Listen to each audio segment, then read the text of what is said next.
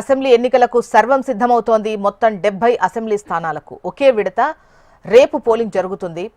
ఫిబ్రవరి 8న ఓట్ల లెక్కింపు ఉంటుంది. 1.55 కోట్ల మంది ఓటు హక్కు వినియోగించుకోనున్నారు. అధికార విపక్ష పార్టీల మధ్య హోరాహోరీగా ప్రచారం కొనసాగించారు. వరుసగా పవర్లోకి రావాలని ఆమ్ ఆద్మీ పార్టీ ఎలా అయినా హస్తినపీఠం దక్కించుకోవాలని బీజేపీ చూస్తుండగా సింగిల్ గానే బౌన్స్ బ్యాక్ కావాలని కాంగ్రెస్ తీవ్ర ప్రయత్నాలు చేస్తోంది. 10 ఏళ్ల అభివృద్ధిని వివరిస్తూ ఆమ్ ఆద్మీ పార్టీ ప్రజల ముందుకెళ్లింది. ఇక డబుల్ ఇంజన్ సర్కార్ నినాదంతో బీజేపీ ఢిల్లీ అభివృద్ధి కాంగ్రెస్ తోనే సాధ్యమంటూ హస్తం శ్రేణుల్లో హోరాహోరీ ప్రచారం సాగింది. హస్తినవాసులు మరి ఎవరికి పట్టం కడతారో అన్నది ఉత్కంఠగా మారింది.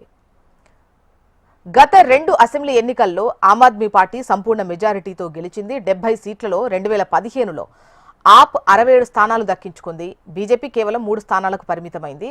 ఇక కాంగ్రెస్ అసలు ఖాతానే తెరవలేదు. 2020లో కూడా ఆప్ హవానే కొనసాగింది. ఆ పార్టీ 62 సీట్లు గెలుచుకుంది. బీజేపీ మిగిలిన 8 స్థానాలు దక్కించుకుంది. ఢిల్లీ అసెంబ్లీ ఎన్నికలతో పాటు యూపీలోని మిల్కీపూర్ అసెంబ్లీ స్థానానికి, తమిళనాడులోని ఈరోడ్ అసెంబ్లీ స్థానానికి రేపు పోలింగ్